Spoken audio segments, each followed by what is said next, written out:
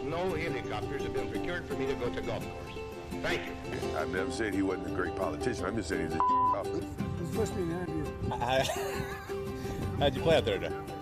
Well, I found the conditions challenging, mostly because there's no grass on the golf course, but there never has been. I'm thinking about the swag bag, and I have high hopes for the swag bag. When you got 3 crevices on the green, your course is trashy.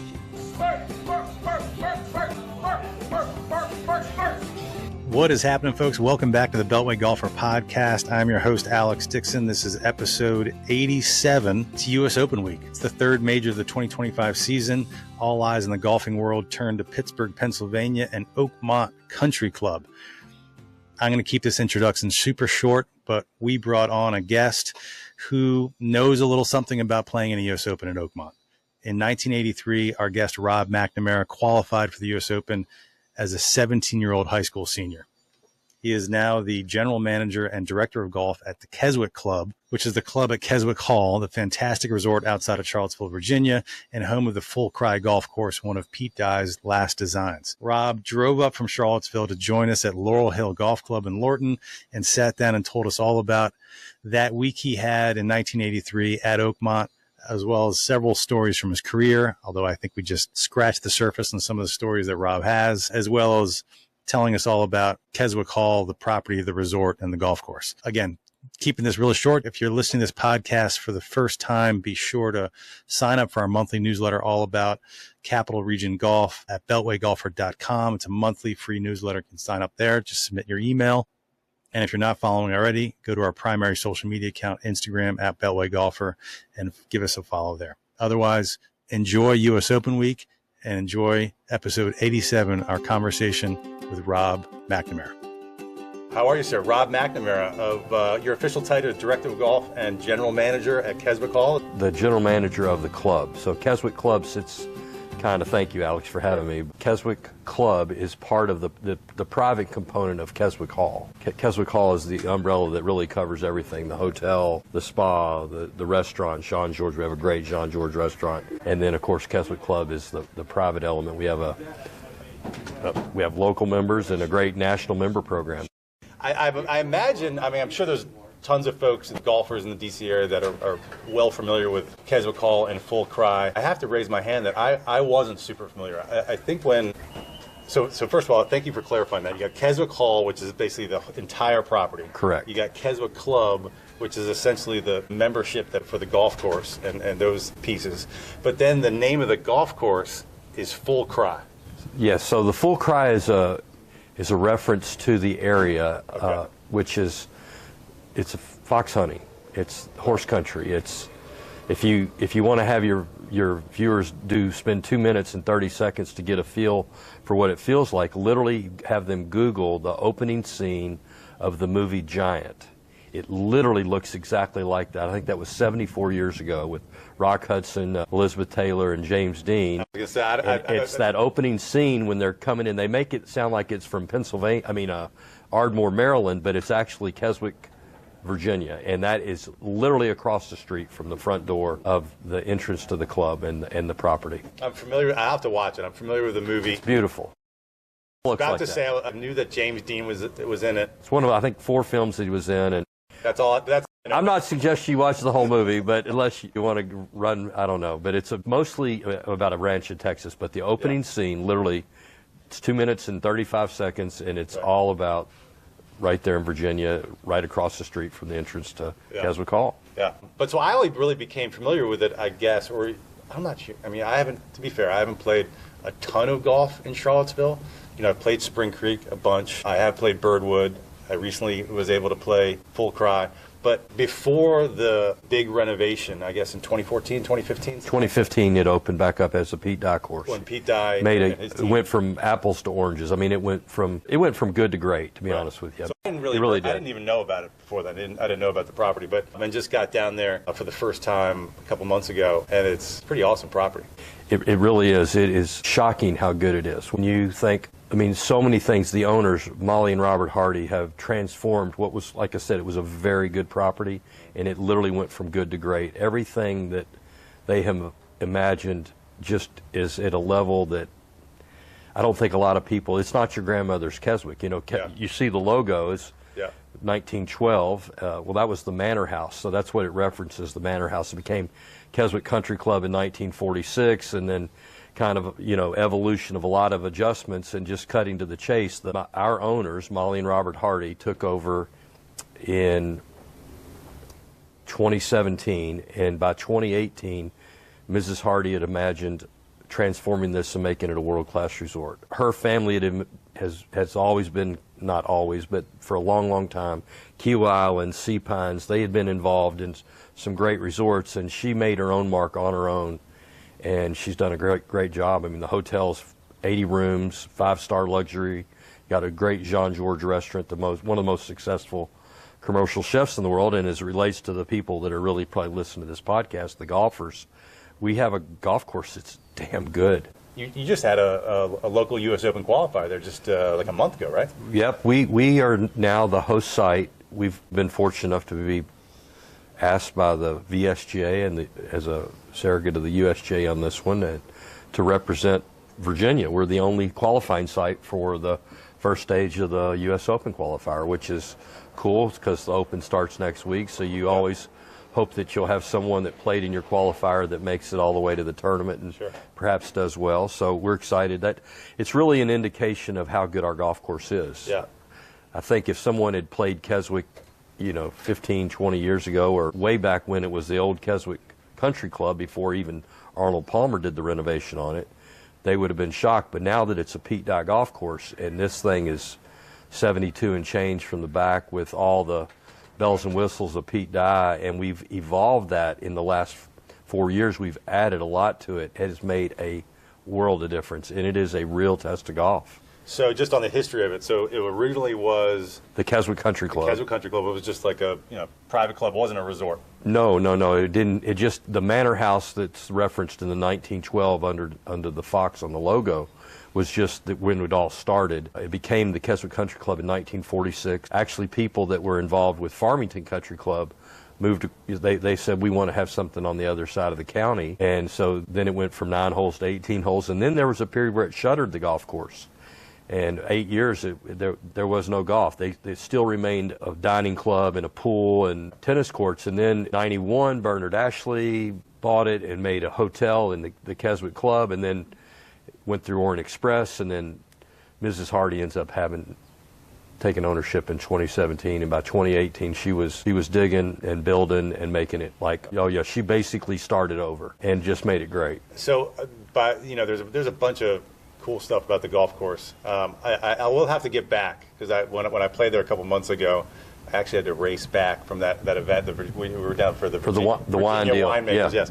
And I actually had to come back up for all things. For my 9-year-old's baseball practice that I'm a head coach. Father of the year. Father of the year. Because of that, I didn't play 16, 17, or 18. I had to leave. Those are incredible finishes. And that's what I've heard.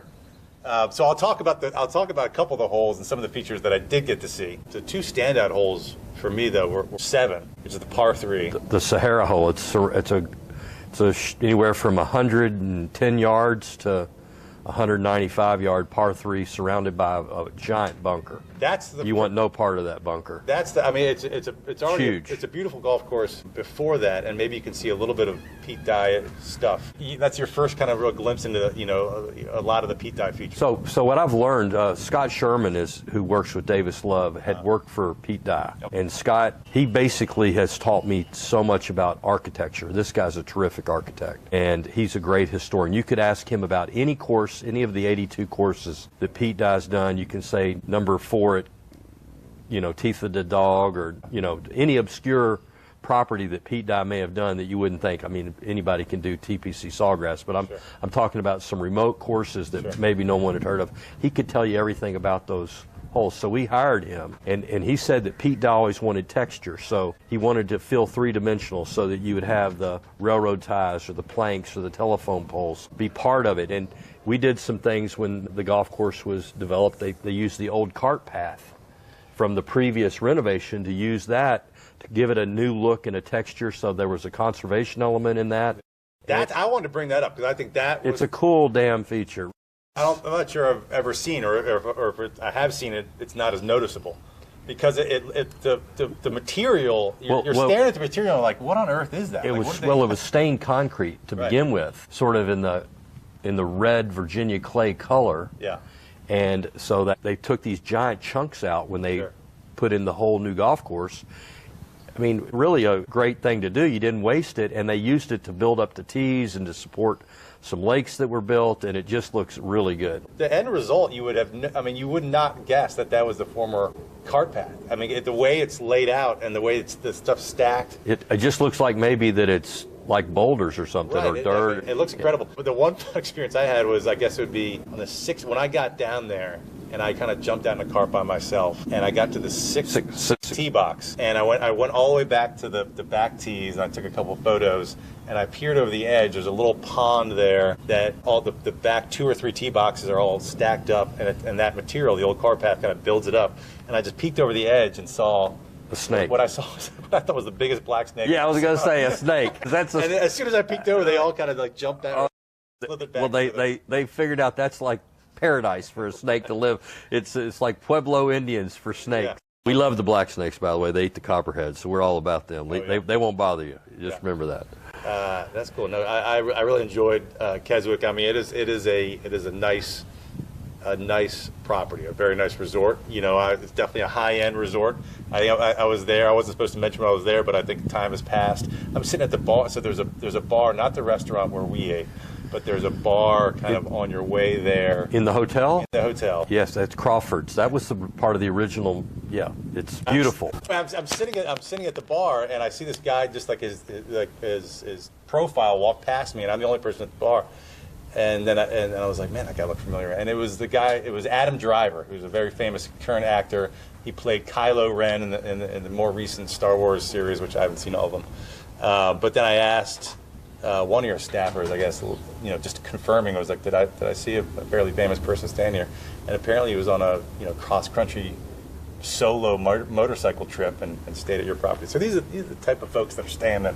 It's really nice. I mean, I would encourage your guests to come down and feel part of the spotlight, and we'll put them on the red carpet. But very cool. I did. So one of the things when we were down there, and it'd be worth bringing up. It's this happened to a lot of courses in the Mid-Atlantic and a lot of courses in the D.C. area. Bermuda fairways. This was a rough winter. For Bermuda. It hadn't happened when I first started working at Farmington. This was would have been 94, 95. It happened back-to-back years, and they have a different kind of Bermuda at Farmington. I worked at Farmington for 27 years, which is a great place. Also, it's another one of the great courses in Central Virginia. But they had winter kill, and they had to sprig the whole golf course twice. Yeah, it was so bad, and Farmington then started overseeding, and now they have great fairways. So that ship sailed for them.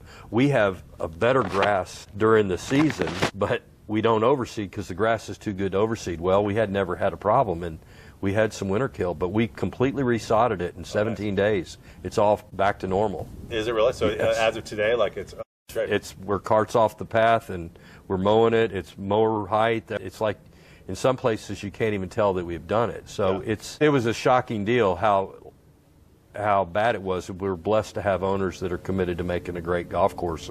I mean, I know it happened to basically every course that had Bermuda fairways in the region. It went all the way as far south as Fayetteville, North Carolina, and as far west as Louisville, Kentucky. I don't know as much as I should about grass, but typically that happens when you get, a dry fall and then an extra cold winter? That's when does the amount of snowfall impact that, or is it just... The fact that we had snow, it really turned to ice for 24 straight days. Got it. It's sort of a dehydration thing mixed in. It's a microclimate thing. There were parts of it that were completely unfazed. Only 15% of the fairways were affected. It wasn't like a little bit dead. It was like these pockets that were the size of a garage that were just like completely dead at random. So we resodded them all. Sure. Couple other, because we're going to get into your history, but since we started off here talking about the golf course, a couple other ones. So one, you, the club, the course, the resort, recently did a partnership with Lauren Coughlin. She is our LPGA touring professional. We were delighted to have her. She's a UVA golfer. Does she still live in the area? She does, yeah. That's why it made sense for us. She spends the majority of her time in Florida, but she shoulder seasons us a little bit as well as in the summer. So here's a great story, a success story of America for somebody that's listening that has a dream of being good. First of all, women's golf provides great opportunity, and we're getting statistics now that are showing the amount of people wanting to play golf that are first-timers that are women is extraordinary, and people would be really remiss to not jump on the female bandwagon of getting golfers in your club to be involved. But Lauren was a walk-on at UVA and just slowly started getting better, and by the time she left, she was an All-American. She turned pro. She struggled. She was so close to quitting. Her story, I mean, you'll have to have her on, and I'm sure she would tell you this. I mean, her story, how close she was to taking it to the barn was tight. I think within one round in one tournament. I think it was one of those, Johnny Miller, I'll tell you a story he told me one time about his golf, but when he won his Pebble Beach event. But Lauren was about ready to quit, just like that, and one round kind of said, all right, I'll keep going. And the next thing you know, she played good and had another good tournament. And the next thing you know, she had another good tournament. And here we are about 4 years later from that moment. That was only 4 years ago. 4 years ago, 9th ranked player in the world. Yeah, incredible. And when you watch her hit a golf ball, I'm going to tell you something. If you just close your eyes to watch the swing, just listen to the sound and watch the ball fly, you'll be thinking, I've never seen anybody hit a golf ball that good. I mean, she hits a 5-iron about 110 feet in the air, 120 feet in the air, just ripping 5-irons, flying 180 yards in the air like it's nothing. Love it. Yeah, she's a hell of a player. I got to watch her, followed her for 5 or 6 holes during the Solheim Cup up here at RTJ last year, and she's a heck of a player. Yeah. Fun to watch. So what does that relationship entail? She just kind of comes over and does some promo stuff? She get out to the course much? She does. She uses it like her club, and she and her husband John Pond, he played college football at UVA, was the starting center, and they're an entity that he sort of manages her, and we ended up striking a deal that made sense for everybody, and we're just glad to have her as a member of the club and our representative on the tour. She's a heck of a spokesperson, and that's a great person. She's ranked 9th in the world. Yeah. Won the Scottish Open. Her rise has been impressive. Yeah, won the Scottish Open and the Canadian Open last year. I was in Vegas to watch her play the World Match Play. She got beat 1 down. She just never could quite get comfortable to get over the hump to beat this gal. This gal just got on top of her and just couldn't quite shake loose from her, and she careered it, I think. I'll go on record and just say that. She's an LSU girl, so that probably ain't going to go good at an LSU Tiger reunion. But she's from Sweden. We won't let it go. Here's another one. I'm going to bring up this gentleman. I actually just met him yesterday out at the Live stuff out at RTJ. He's doing stuff. But I know he does a ton of stuff at Full Cry is Fat Perez. Yeah, he was there yesterday. He played golf yesterday afternoon. So he's a member there, right? Well, you can say that, but I can't. Okay. So you.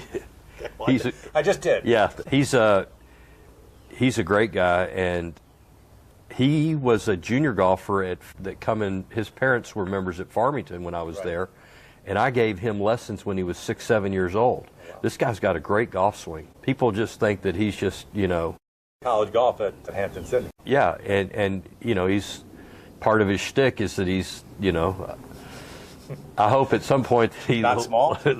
There you go. The name says it all. But one day I'm watching. My son Sam goes, Dad, I want you to watch this. He didn't know anything about me knowing. He goes, this is hilarious. I said, what is it? He shows me this video of this guy that he says is Fat Perez. And he's in Los Angeles, California, and he's being filmed wearing a GoPro, and he has to eat 4 Taco Bell tacos and play this par 4 in some public golf course, running down the fairway in 5 shots or less on some bet with all these guys that are watching him do it, and he's chugging these tacos, trying to whoop those down while he's playing golf. And I said, wait a minute, I know that guy. I said, that's Nick. That's hilarious. I don't think I've seen that one, but that's sad. It's hilarious. I've seen some of the stuff they did. It's Club Pro guy funny. Yeah, I chose the wrong route doing traditional, podcast stuff. Well, we'll get you. We'll sneak you into a little bit of the genre. I'm not gonna. We won't go too deep in the funny stories. But I mean, those two kind of people that I don't know. You know, I don't know what if he's an official spokesperson, but he seems a lot of the stuff he posts are at Keswick Hall. And just the amount of people following both Lauren and Fat Perez, that must. Well, Fat Perez all in has about 2.5 million followers. Yeah, I mean, it's insane. Distinct viewers. Have you been able to quantify that as far as like when he posts something that helps the? This whole advertising world. My daughter is in this line of work where she's on the other side of it, managing people like Fat Perez. Oh, really? For her company, sniff.com. Now, she used to work for lovewellness.com, but she's like in advertising and social media. I don't even have these accounts, so I don't know anything about it. But I get them through emails. I'll watch them. I'm so antique. But it's, who knows? You know, one of the things that my daughter Madeline says you can quantify it, that they can do these things where you get these click counts. I don't know. Maybe no one's listening to this today. Maybe there's no record of this. But I think if people get their hands on it, they're not going to be able to put it down. That's what if they just stay tuned, it's going to get better, folks. Don't click you off yet. We'll wrap it up on the actual on the course itself before we get into your history and some other stuff. I mean, so it's right outside of Charlottesville. I mean, it's probably Keswick is 2 hours from here. How long did it take you to drive up here today? 2 hours and 11 minutes. And I stopped. I made a couple pit stops. We're at Laurel Hill right now, right at Lorton, right on the patio. It's about 2 hours and 11 minutes. There. Nice public golf course here. Yeah. It's nice that we have this here in Virginia. These people have a nice place to play. Thank Alex for letting us come do this. Absolutely. I need to play some more Charlottesville golf because Spring Creek I've played a bunch, as I said, but that's now fully private. Spring Creek is fully private. But I played right when, speaking of Scott Sherman, because he's on Davis Love's team, so he was a big part of that, right? Correct. He was the architect for that. Okay. So I played that like it hadn't even really fully grown in yet. It had just done it. And, you know, we're very lucky in our community. We have, first of all, Keswick's awesome, and we have memberships, and you can play. You can stay at the hotel for someone that lives up here that wants to give it a go. You can join at a very reasonable rate for someone that lives up here. We have Commonwealth memberships, Mid-Atlantic memberships, and national memberships. It's like a bullseye, and then inside of the 50-mile circle is a Keswick membership. So it's like a bullseye. The further away you get from the center, the less expensive it becomes. So it works out really nicely. So if someone wants to try a golf trip, it's a great place for that. If someone wants to go for the romance trip, do the whole spa thing. We have a world-class spa, do the good food, you know, stay in your room and have fun. You know, that's... So let's get into your history a little bit. You're at Keswick. You mentioned briefly you were at Farmington Country Club. For 27 years. 27 years, which is an insane run. But let's go all the way back to the beginning. One of the big reasons we're having you on this podcast, and we'll go all the way to the beginning, but is because we're recording this on a Friday. I'm going to publish this next week, which will be U.S. Open week at Oakmont. Beautiful. And there's a specific reason that maybe you're relevant on U.S. Open week at Oakmont specifically. And it became a little bit more interesting because of this kid that just qualified. Yes. On Monday. I mean, so here's the story for me and why you bring that up. Thank you. It's hard to believe that if somebody told me when I was making a pair of triple bogeys on a one on each day that I qualified for the U.S. Open in 1983. I was 17 years old. I was a senior in high school, and at the time, they said I was the second youngest person next to Jack Nicklaus that ever played in the U.S. Open. Okay. And I was on ESPN, who had just kind of gotten off the ground, and they had a partnership with the tournament. And they did 3 different interviews with me that were fun to do. And Jim McKay, the old Wild World of Sports, had me on a deal, like a 15-minute interview with Jim McKay as a 17-year-old. And it was just a great experience in my life. It really was. And now you had this kid that just did it the other day. Right, junior high school, going 63 in the sectional. I wasn't that good. I can't imagine shooting 63. I beat Bob Lohr, who was a tour player, in a playoff. I made it through the first stage in Louisville. You had to play 2 rounds back in the old days on the local qualifying. I got it through. I carried my own clubs. Then go to Cincinnati, and we had 43 guys for 3 spots. And I tied with 3 other people for the 3rd place. And I got through in a playoff. And I'd gotten a lesson from Doug Sanders. Okay. The week before, I'd played in the Doug Sanders International Junior. And we went to his home, and I started schmoozing with him, and he says, "Come on back here, kid." He takes me back into his bedroom and just showing me around. And he's got this bedroom in it, and a closet the size of most people's bedrooms, full of nothing but shoes. He had about 300 pair of patent, every color you could come up with, patent leather shoes, and had carpet that was about 4 inches thick, white sheep wool carpet. And then I look up, he shows me, he goes, "What about that bed, kid?" I'm 17 years old, and he's got his wife there with him. It wasn't anything weird like that. It was just, he goes, "What about that bed, kid?" I look up, and he's got mirrors on the ceiling. I was like, oh my God, this is like. Well, anyway, he gives me a lesson the next day and shows me how to hit it low. He goes, "I want to show you how to hit a low bullet, kid." Right. And he called me Mac. He goes, "Mac, I want to show you how to hit this low bullet." And sure enough, in the playoff with Bob Lohr, I hit some off the first playoff hole. I'm so nervous I could barely breathe. I hit some foul ball over in the middle of absolute nowhere. And the only play I had was to take a 1-iron and hit it as about 175 yards in the air, about 3 feet off the ground, and I hit this shot that Doug Sanders had taught me how to hit. Just taught you. Oh, yeah, it was pretty cool. That is cool. So were you, I mean, so that's insane. 17 years old, senior in high school, you qualified for the U.S. Open. I mean, you're saying it's not as much of a big deal than it is now.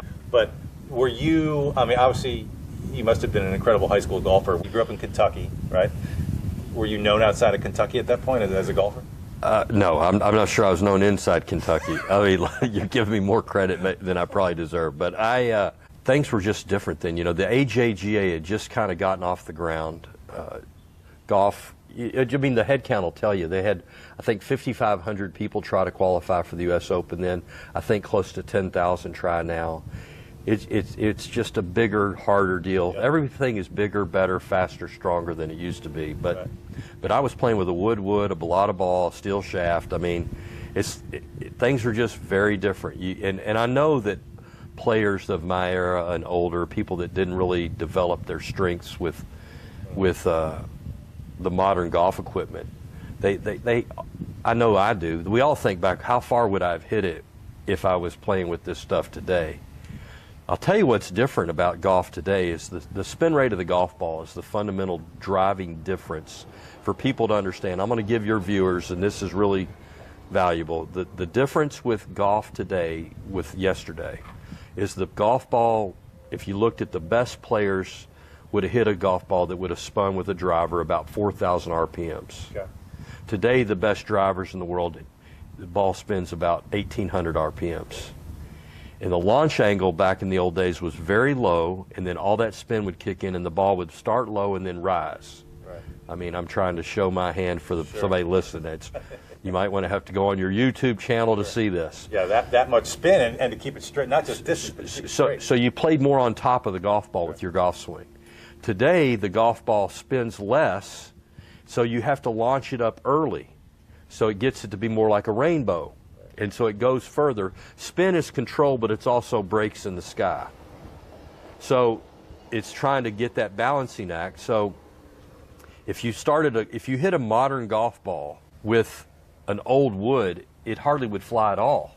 They just sort of fall out of the sky because they don't spin enough. So the golf swing had to evolve, right? I mean, there's the real golf aficionados. Tell them to go try to find Gary McCord's talk from 1995 at the PGA Coaching and Teaching Summit, when he talked about the three things that parallel each other in the history of golf: the equipment, the model player of the day, and what is being taught. The best players figured out how to use whatever equipment was available, and then the teachers reverse engineer it, trying to copy what the best players doing. And that's sort of been something that's gone on from the beginning of golf. Right. And so now the best players, because the ball doesn't flight, you have to launch that thing up in the air so much differently. Today, you have to swing differently. It's more back behind it, driving, catching everything on the upswing. Well, if you'd caught a wood, the head's that big, it'd been like a Fred Astaire movie. It'd have been a topper. I mean, you couldn't swing that way. You had to trap everything.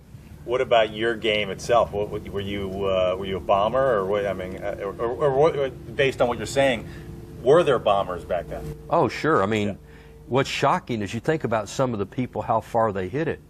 Nicklaus was the longest driver in golf. He was on television the other day. He showed his money clip from the 1963 PGA, which is amazing. He said it was 341 yards. Oh, wow. 341 yards. I watched Davis Love when Davis Love was 15 years old at Harbortown. We were there playing in the Heritage Junior Tournament, and he's bombing these balls with the clubs of the day. This would have been in 1981. Whipping drivers into the back of that range, these tall pine trees. He could hit it 300 yards. I mean, there were still guys that could hit it that far, but they were so few and far between. The average drive for a really good professional was about 265. I mean, Jim Dent just passed away. I played 4 of my first rounds, professional rounds of golf in the United States with Jim Dent, playing mini tour golf. He just died about a couple of months ago or something, right? I mean, Jim Dent led the tour, I think, with like 291, 288 driving distance. Yeah, so you just think about where we are today. It's totally immoral. It's crazy. So tell me a little bit about, so you qualify for the U.S. Open. Well, we'll get back on the Open. Sure. Sorry about that. I digressed. What do you remember from the time you qualify? You're a 17-year-old kid. Are you just kind of the cock of the walk, or it must be a huge deal. Listen, were you intimidated at all? I was pretty much afraid of nothing. I mean, I wish I could find that guy again in my life, right? Like, where did he go? Then you start reading stuff about you that people say you're cocky, and you feel socially bad about that. And then you try to be a false humility. Well, when you actually go play in a U.S. Open, you get real humility thrown right at you. You don't have to fake it, because the golf course, you wait and see and watch what these guys shoot this week. The rough up there is knee-high to a giraffe. I mean, I'm telling you, you could lose the ball in front of a green. I mean, you hit a wedge into a green, come up short, you may not find it. It was unbelievable. And there were so many cool things about that from a story point of view for me personally. The practice rounds I played and who I got to play practice rounds. I went up there with my dad. We didn't, my dad was a lawyer, but nobody had any money. It didn't matter what your dad did. Nobody had any money unless you stole. I mean, drug dealers, rich from the King George money. I mean, so we stayed at some little Holiday Inn and get up there on a Sunday and go out to the golf course. And the first person I meet on the putting green was Gary Player. So I go up to Gary Player and ask him, can I play a practice round with you tomorrow? This was, 5 in the afternoon. We weren't going to play that day. He said, sure, Robert, love to have you join me. So we show up and we play with... this is Gary still basically in his prime, right? I don't know if he would have been in his prime. I mean... Just over it? He would have been... this was 83. He was probably born in about 38, probably 30... Most of his majors came in... 37. Late 60s. Yeah, so he's probably at the end of his running out of eighth inning material of his career at the regular tour. But he was still fit as a fiddle, and he was a real showman. I mean, we had a lot of people out watching. And a legend even then. Oh, my God. So it was a full round of golf of entertaining. I mean, he showed me some shots and how to hit different things. It was just like I'm really having fun with it, and I'm enjoying it. And as we finished the round, he goes, Robert, would you care to have lunch with me and Commissioner Beeman? I said, sure, I'd love to. The Dean Beeman was the commissioner of the tour. So we go upstairs. It was like maybe a floor above the regular part of been on this podcast. Is that right? Oh, yeah. Well, he'll verify this. You should bring him back for proof. And I said, we go upstairs and sit at a little table, much smaller than this table here. 3 of us having lunch in the locker room, and I didn't say too much, which is rare for me to not talk, but it was a very interesting subject matter. He goes, what these young lads need is a place to mature on the vine and a developmental tour where they can grow their game. And what happened 6 years later was the Ben Hogan Tour, which became the Nike Tour and the Nationwide, and which is today the Korn Ferry Tour. That all started, I think, at that lunch. Interesting. And Gary Player... Did he stay involved, like kind of driving that with Commissioner Beeman? Well, I mean, I played a practice round in the Nevada Open, ironically, in 1988 with Wayne Player. And I asked him about that with his dad. He says, yeah, my dad has been pushing for this, and I think we're going to have something. And it wasn't shortly long after that they announced that, and the Ben Hogan Tour was formed. Interesting. So what about the? But I feel like I've heard in some other conversations you had some other interesting practice rounds at that same. Yeah. So the next day, I ran my race before the tournament ever started. I played a morning practice round with Jody Mudd, who at that time was an up-and-coming star, and a couple of Kentucky guys. Ralph Landrum was another pro from Kentucky that had qualified, and we finished the round, have lunch, go out on the putting green, and the ninth green on the course is connected to this putting green that's massive. This thing is, honestly, it's almost 100 yards from tip to tail. Wow. And who's coming up but Johnny Miller, Peter Jacobsen, and the king himself, Arnold Palmer. Well, like I told you, I wasn't afraid of too much. I walked down there after they putted out, and I introduced myself to him on the green. I said, Mr. Palmer, I'm Rob McNamara. Could I play the back nine with you? He said, sure, come on. So what was he going to say? I mean, he had to say yes, right? I mean, I'm not that good a salesman. It was just in a have-to-buy situation. So all these people around, everybody watching. So sure enough, I literally had to crawl under the ropes to get to the 10th tee. I mean, it was packed with people. They were 10 deep. Did you know, like when you got to the Oakmont, did you know anybody there? Like, did you have? I didn't know a soul. Did you? I mean, nowadays. I'm a little redneck kid from Kentucky. Nowadays, I mean, even this high school kid from Georgia is probably going to bring some people. Like, did you bring a team? I mean, I'm sure. My entourage was my mom and dad. My mom had Buttons McNamara's band. That was it.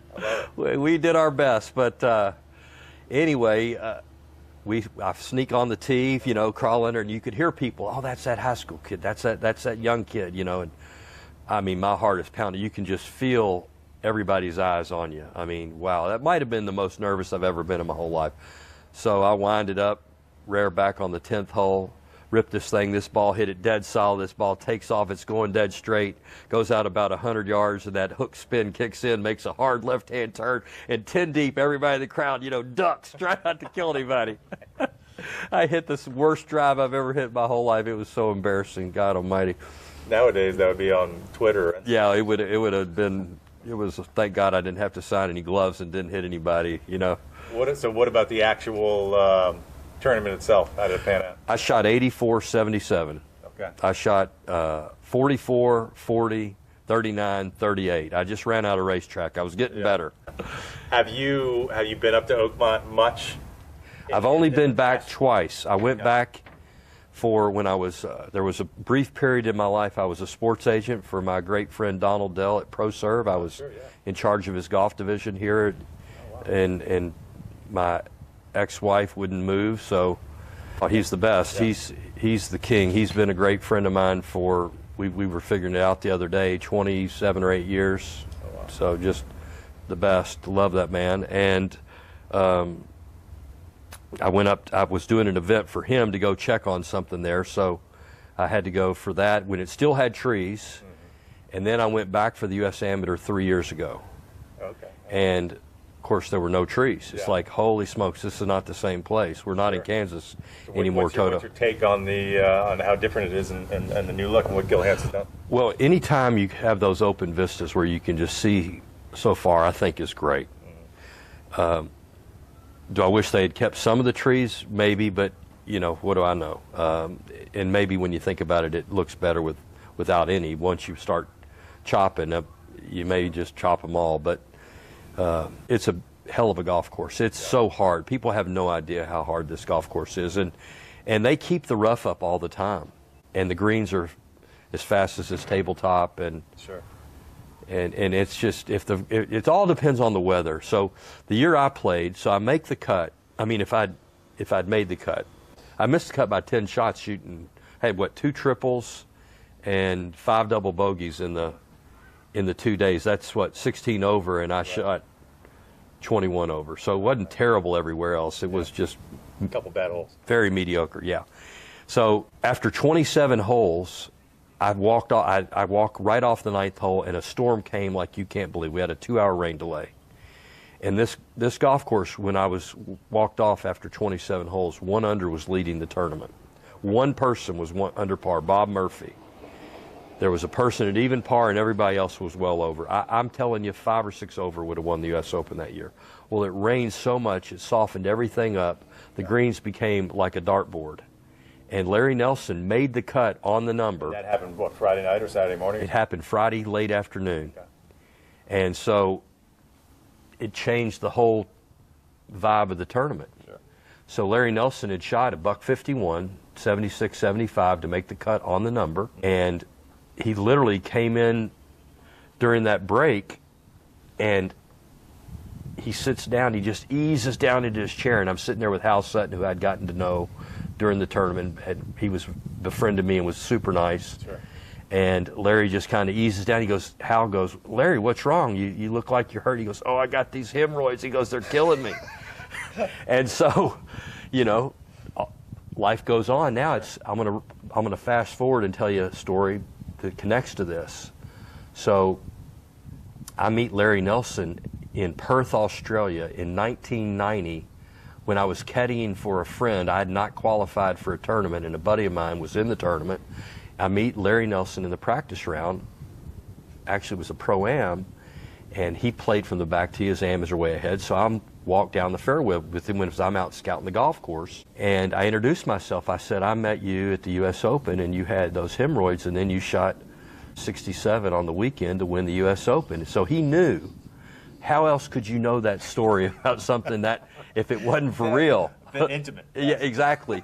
Well, he ends up shooting a .32 on the weekend, 67, after the greens softened up. Sure. And changed the golf course, and he goes from making the cut on the number to you know, winning the U.S. Open by a shot over Tom Watson. There's a tip in there somewhere, you know. Maybe play better when you're a little bit uncomfortable on the backside. You know? Keep you smooth. I mean, or maybe you need it to get smooth. Right, who knows? Anyway. After that, it sounds like you had just a ridiculous college career.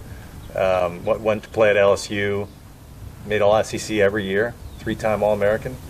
Man, you've done your homework. I mean, it's pretty. That's a pretty absurd resume. Well, like I said, I peaked too soon. I'm like a lot of horses that I bet on. I started fast and faded. But you just mentioned Australia. At some point you ended up playing on the Australian tour? Yeah, I did. I went down there after college and played for 2 seasons there. And, I mean, you talk about some guys that can golf their ball. Those Aussies can golf their ball, and I'll tell you why.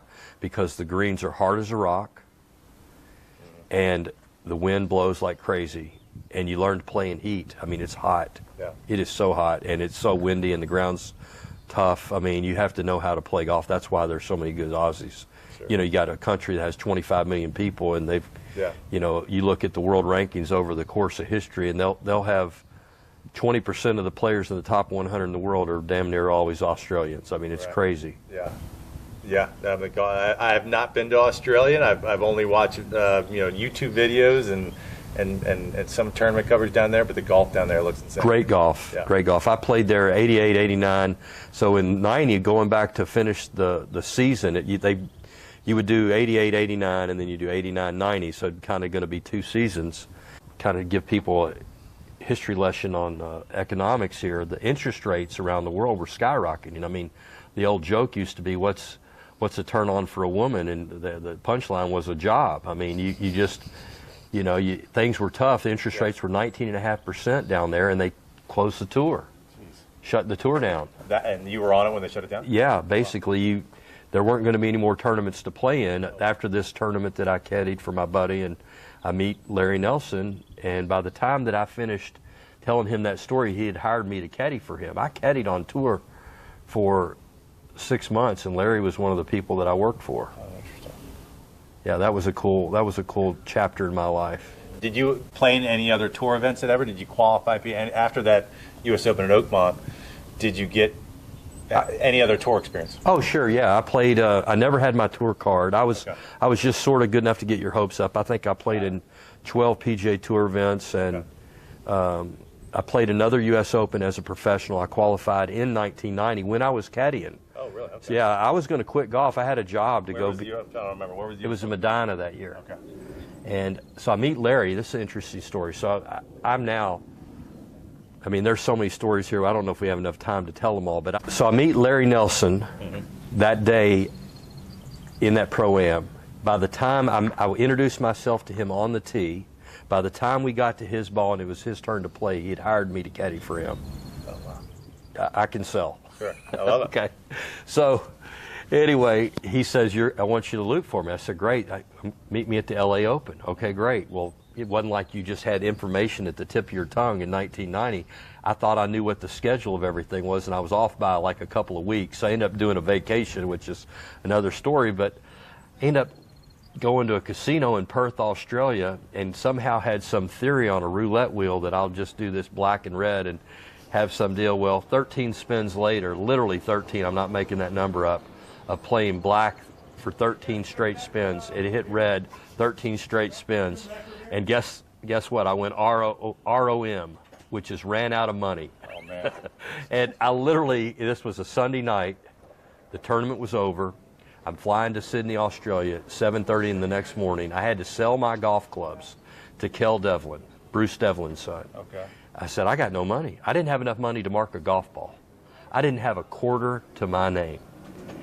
But I had my ping golf clubs that I sold to Kel Devlin. He goes, how much you want for them? And I go, 700. He goes, Australian or U.S.? Here I am. I'm completely broke. I don't have a penny to my name, and I'm 81 cents exchange rate. I'm still willing to gamble. I said, U.S. He goes, oh, what the hell? Why not? I said, he's getting ready to pay me in cash. I said, no. I said, I need stipulation. I said, I need you to buy me breakfast before we get on the airplane because we're going to be on the same flight. Only chance to get out of this country. Yeah, buy me breakfast and don't pay me till we get to the parking lot away from this casino. And so sure enough, that's what we did, and he took care of me. I ended up, that was my life, so I started caddying, and well. How old were you during this story? I was 24 years old. 24 again. I mean, you must have been. I mean, just to be willing to do that. I mean, I'm a gambler, and I've got some interesting stories from when I was 24. But man, you're halfway around the globe with nothing. I'm playing a game. You talk about Lee Trevino. Talk about some of his gambling. Yeah. But I'm lose everything. I got no way to get home. Nothing, and I'm gambling. I mean, anyway, so I started caddying on tour, and then. I was going to, like I said, I was going to go work for Merrill Lynch in Lakeland, Florida. The guy told me, he goes, you can start whenever you want to get here. He kind of sensed that my golf career had started to nosedive, pretty quickly. I felt like that I didn't do well on my own. That was not I need a team around me. I think I do better with a team, but, sure.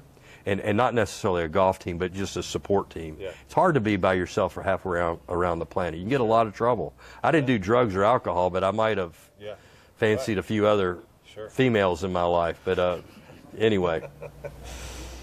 Long story short, I think that's probably the case with a lot of people, whether they're on tour or not. But yeah, that's one of the things you hear so much about. You're so bored and lonely, right? By yourself. Yeah. And be in another country by yourself, nobody around. It's a tricky deal. I struggle with that. Just when my wife goes out of town, and all of a sudden I'm, eating steak off a frying pan, and just being an idiot and not knowing how to take care of myself, and that's at my house, let alone being on the other side of the world. I met a guy named Harry Cadell, that was a caddy on tour. He used to say on the tee with Harry C. He was about 63 years old. He was an old guy, and here I am. I'm 24, so he's 40 years older than me. And he befriended me, and I had resolved myself. Well, first of all, I didn't have any golf clubs. I'd sold everything, so I had no way to practice. Well, along that journey, I ended up getting a set of clubs from Gabe Brewer, a fellow Kentuckian. So he gave me his clubs. Now I got a set of clubs back. He was, I don't know, somehow he got his hands on a set of pings. He gave me his pings, of all things, which were what I'd always used. And Larry Nelson actually used my clubs, which were really Gabe Brewer's clubs, in a pro tournament when I was caddying for him at Doral. Well, about that time, Harry Cadell and he said, let's go hit some balls. I'd gone a long time without even hitting a golf ball. And we started going to the driving ranges at night, and this guy started telling me how good I was. And I started believing him. And all I would do is go practice at night after we'd caddy. We'd go eat dinner, and then we'd go practice. We'd find a driving range, Atlanta, Florida. We were finding some place to go hit balls together. Well, then I started trying to money qualify. Well, I qualified for the New Orleans Open. I qualified for a Ben Hogan Tour event. Then I entered the U.S. Open qualifier and qualified for that. I think, you know what? I think I'm going to go. I was caddying for Ian Baker Finch at the time, and I said, I think I'm going to go back and start playing golf again. Okay. And that's when I went back and started trying to play full-time golf. And again, I just good enough to get your hopes up and fizzled out. But it was a great life lived. I can tell you that. It was a great life lived. It sounds like it. I imagine you got a lot more stories. You know, if you're willing to tell the story about the roulette table in Australia, I'm sure you've got a lot. We're limited time here, so I'm sure I'm only scratching the surface. Oh my God! Well, that's one that you can tell. There's a lot of we can't tell. I don't know. We have a viewership control on this audience. I heard one or two when we had dinner. So what? How old are you when that kind of decision happened? Where professional golf is. Well, I finally mailed it in. I said, it became depressing. I think nobody wants to do anything that they're not successful in. Sure. And the lesson you learn about a guy like Harry Cadell telling me how good I am is a lesson that's so valuable in coaching. You hear stories of how so many coaches are good because they encourage. Yeah. You encourage people, and it's underrated. Everybody wants, especially in today's golf world, wants to put everything on the X's and the O's. They want to draw the perfect swing. Yeah. It's not about that. That's only part of being a good player. There's a lot of great players that have very funky looking golf swings. Sure. There are less of them today than ever before because there's more information about what a perfect golf swing is supposed to look like. But do not underestimate 1 second. I want to make sure anybody that's listening to this, if they've gotten this far in the video or the audio, that do not underestimate the value of telling yourself how great you are. Your self-talk, being around people that have positive self-talk, because it's real, it works, and that's something that I would want anybody that's.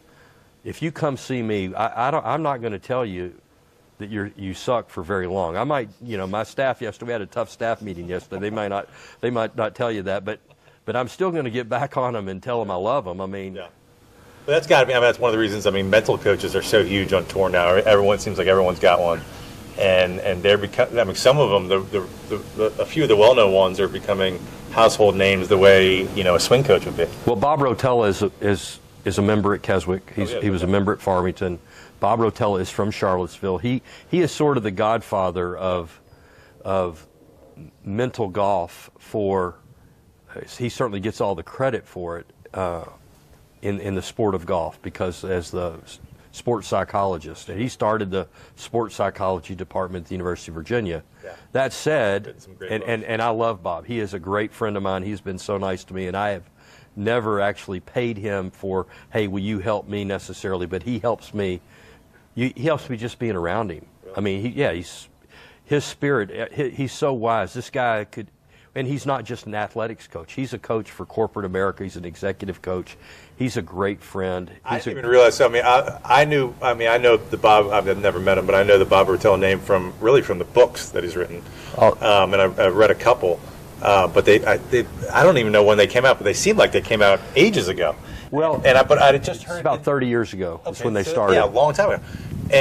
They're great. After maybe the Masters of PGA Champions, I'm forgetting it. I want to say Rory McIlroy, but maybe not. But it was one of the top players in the world. Well, he's Rory's. It was yeah. Rory. Okay, yeah. It was Rory. They were talking about Rory, and they're saying how he's still working with Bob Rotella, and I had no idea that he was kind of still actively working with. He doesn't go out on tour as much as he used to, just from the travel. I mean, Bob has gotten a little older. Bob's got one daughter, Casey, beautiful gal, that's got 10 kids. They have 10. Darlene and Bob have 10 grandchildren. Wow. It's unbelievable. I mean, they got one of those Sprinter vans. It's amazing. So maybe Bob's having to go to help, keep everybody fed. I mean, how can you afford to have 10 kids? I mean, in today's world, I can't afford to pay attention, much less, you know what I'm saying? I've got 2 and it's chaos. That's wild. So not to break down let somebody break down your age, but so at what point did you mentioned you almost became a stockbroker? When did you settle into the the golf pro life? I made the Farmington was your first job as a club pro? No, I hung on to pro golf, the ups and downs of the depression and the frustration and the joys, the limited joys. I mean, you still have successes in there.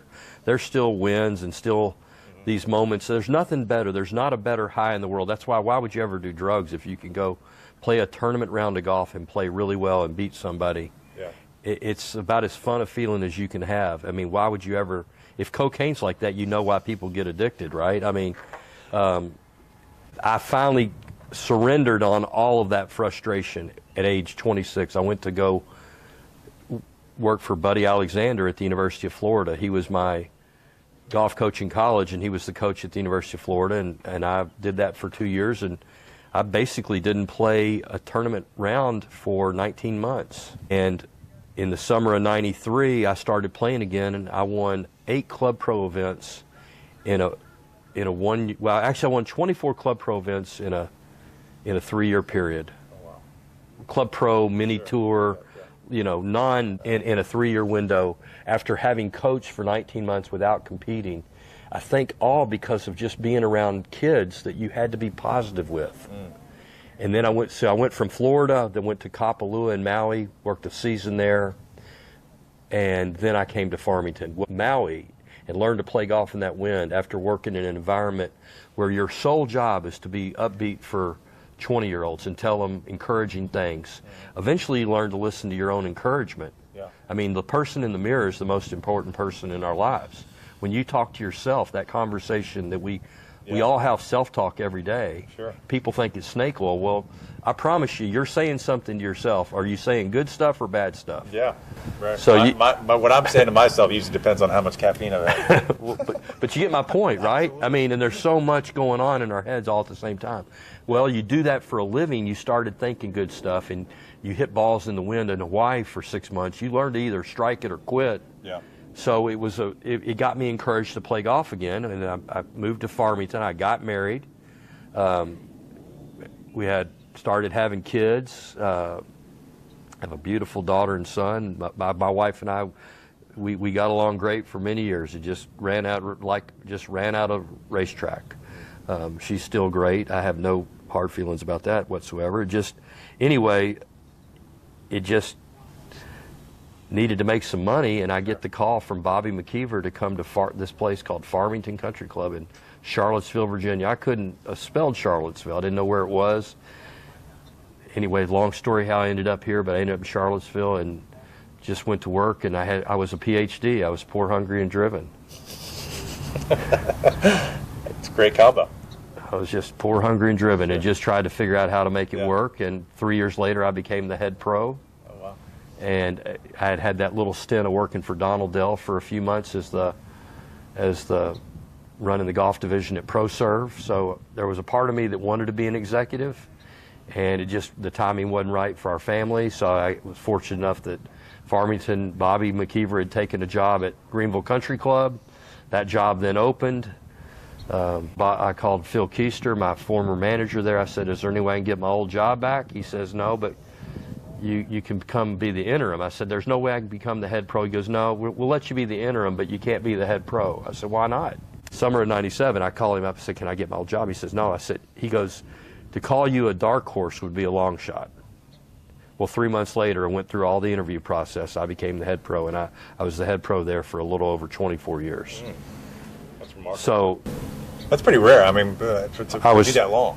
It was a long time. Probably won't happen that often for that many people. Farmington's a special club and a great place. Jeff Montrose, he's the pro there now. They did a great job when I left. Came down from up here. He was he's a great pro, great guy, doing a really good job. They're putting a ton of money into golf there. It's a nice place. I think where I am now, I don't want to compare one better than the other. Where I am now is where I want to be. Yeah, that's excellent. Yeah, I'm happy with where I am by a big factor. Excellent. Well, I want to be cognizant of. I've got too many devices here. I've kind of lost track of time, and I know you've got places to be. Wrap it up with again, U.S. Open at Oakmont. Having played it 42 years ago. 42 years ago. 42 years ago. What kind of feelings go through your head when you're watching it, or what do you expect? Well, you cannot underestimate the value of driving it straight. Now, today's players seems to, you look at the two people that have won there. Well, let's think about this. You had Larry Nelson win when it was a quagmire for 36 of the 72 holes. Johnny Miller famously shot 63 on the final round after a huge weather event on Saturday. It rained like crazy on Saturday, became like a dartboard. Johnny Miller shot 63 the last day to shoot 5 under to win. Larry Nelson shoots 1 under to win. Then Ernie Els wins in a playoff there. Right. And I think he shot 1 under to win. Cabrera wins.